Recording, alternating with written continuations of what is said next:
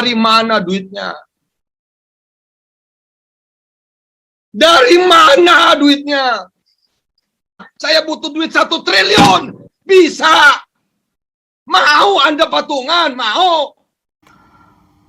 Assalamualaikum warahmatullahi wabarakatuh. Para pemirsa, ini setelah kita bahas kasus-kasus Yusuf Mansur, belakangan ada Wirda ditagih untuk mengembalikan duit oleh 90.000 members yang tergabung dalam komunitas milenial anti bokeh. Tapi orang-orang ada aja yang membela Yusuf Mansur. Satu heran juga ya. Katanya begini, kalau Yusuf Mansur itu sudah rungkat, sudah bangkrut, sudah hancur gitu. Kenapa warung steaknya nambah terus? Coba aja Bapak jalan ke tempat-tempat strategis di kota-kota di Pulau Jawa. Gitu. Itu warung steaknya bertambah. Nah, untuk ini tentu kita lihat ada dua hal yang berbeda. Yang pertama, soal popularitas Yusuf Mansur yang sudah turun atau menghilang dari hadapan publik. Itu benar. Pemirsa lihat sejak tahun 2020 ke sini gitu. Nggak ada orang undang-undang Yusuf Mansur. Kalaupun nanti ada 1-2 videonya yang nyelip gitu. Oh, langsung dibantah oleh para YouTuber. Itu ya.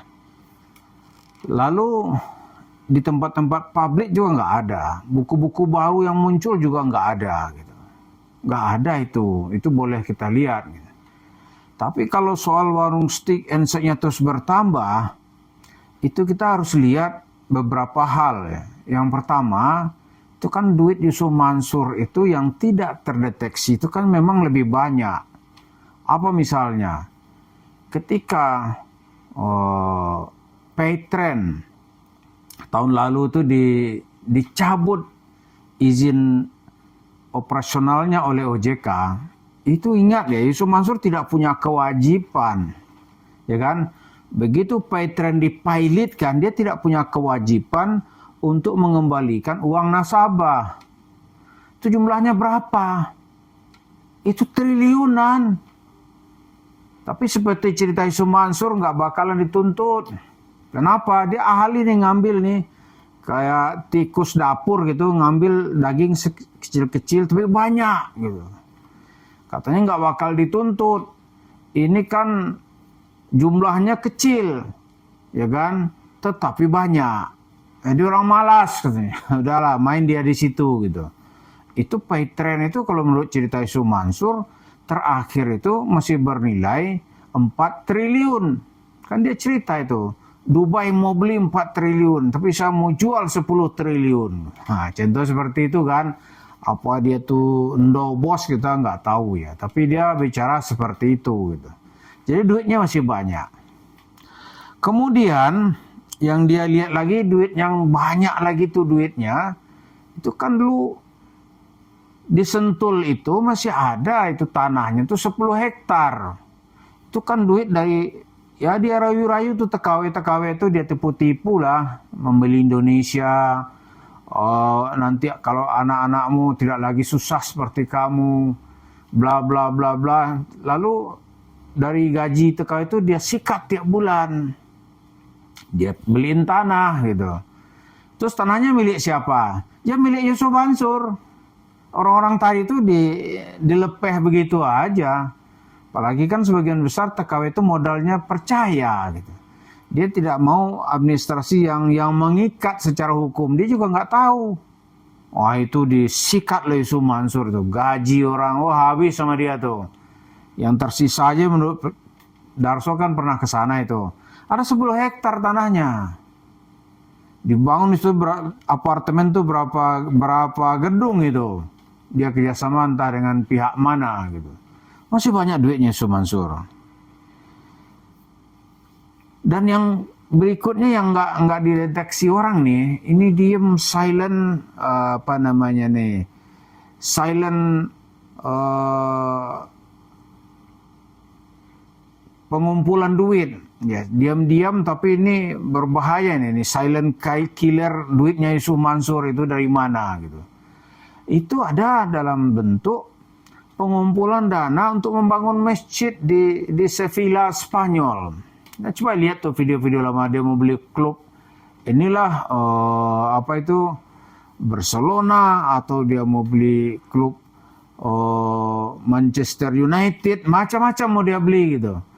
Itu rupanya ada pergerakan yang telah dia lakukan. Itu mengumpulkan duit dari, ya tentu dia cari ya. Karena ini jumlahnya besar, dia nggak mau ngumpulin itu 100.000, 200.000 minimal. Orang harus store itu ke rekening itu. Sama sih punya tuh nomor rekeningnya. Itu 1 juta per orang. Tahun 2010, 2011, 1 juta per orang. Ya kalau dia bisa meraup sejuta orang, ya kan, itu kan 1 triliun duitnya. Nah itu juga banyak, itu nggak ada yang nyentuh tuh, kawan-kawan tuh melewatkan gitu. Itu duit Yusuf Mansur yang tidak tersentuh, banyak sekali.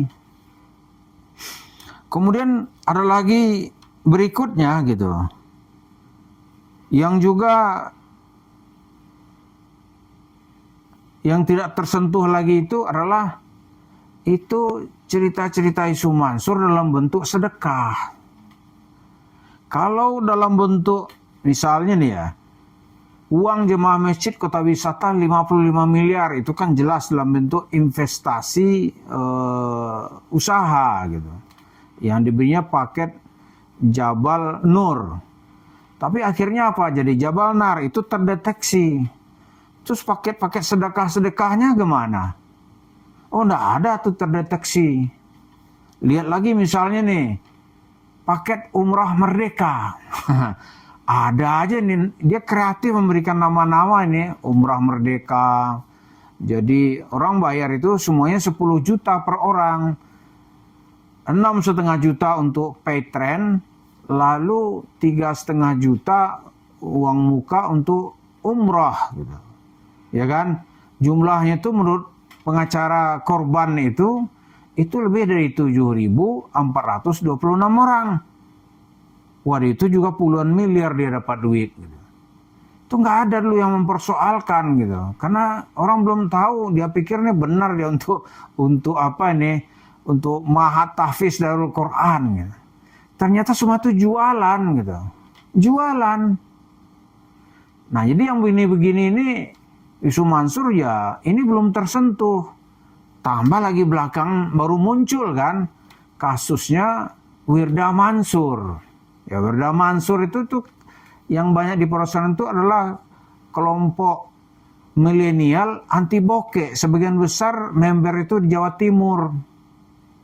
Ya kan orang ini pingin apa nih? Pingin anti bokeh lah. Entah enggak tahu cara gimana, pokoknya bayar gitu. Ya kan?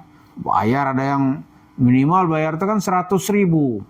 100.000 kalau 90.000 itu sudah 9 miliar. Apa tiap bulan ya? Itu nggak ada yang tersentuh tuh tiap bulan. Kalau tiap bulan 9 miliar tiap bulan. Dan itu udah berapa lama? Kalau dari surat orang-orang menggugat itu katanya peristiwanya sudah lebih dari 2 tahun. Ya toh? Terus ditambah misalnya nih, dia kan punya loh tuh ikut dalam kegiatan cryptocurrency. Seperti apa? Kan terakhir kan dulu kriptonya hancur lebur itu. Itu juga nggak ada pertanggungjawaban. Jadi kelompok ini nih nggak mau tanggung jawab. Dia mau dapat duit mau, jawab nggak mau gitu.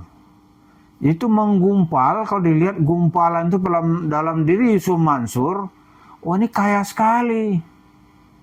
Kalau dalam cerita Mario Puzo ya, cerita mafia di Amerika itu ada keluarga Corleone. Jadi Don Corleone, seperti itu kan.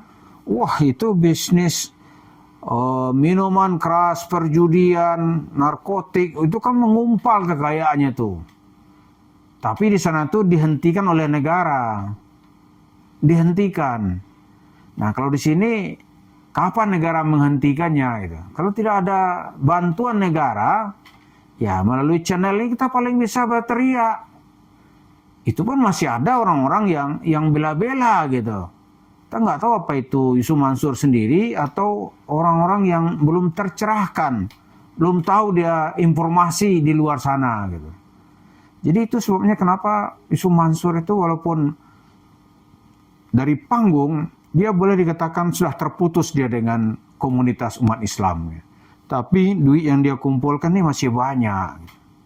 Jadi melihat kenapa warung steak and shake-nya itu banyak gitu. Tapi ingat ya, masa itu nanti akan melihat ini sebagai satu musuh bersama. Musuh bersama umat Islam yang merasa ditipu di mana-mana oleh kelompok yang mengaku sebagai ya, tokoh agama lah, ustadz lah, apalah bicara sama Tuhan lah segala macam gitu. Itulah Yusuf Mansur yang sekarang diikuti dengan sempurna oleh anaknya Wirda Mansur. Terima kasih. Assalamualaikum warahmatullahi wabarakatuh.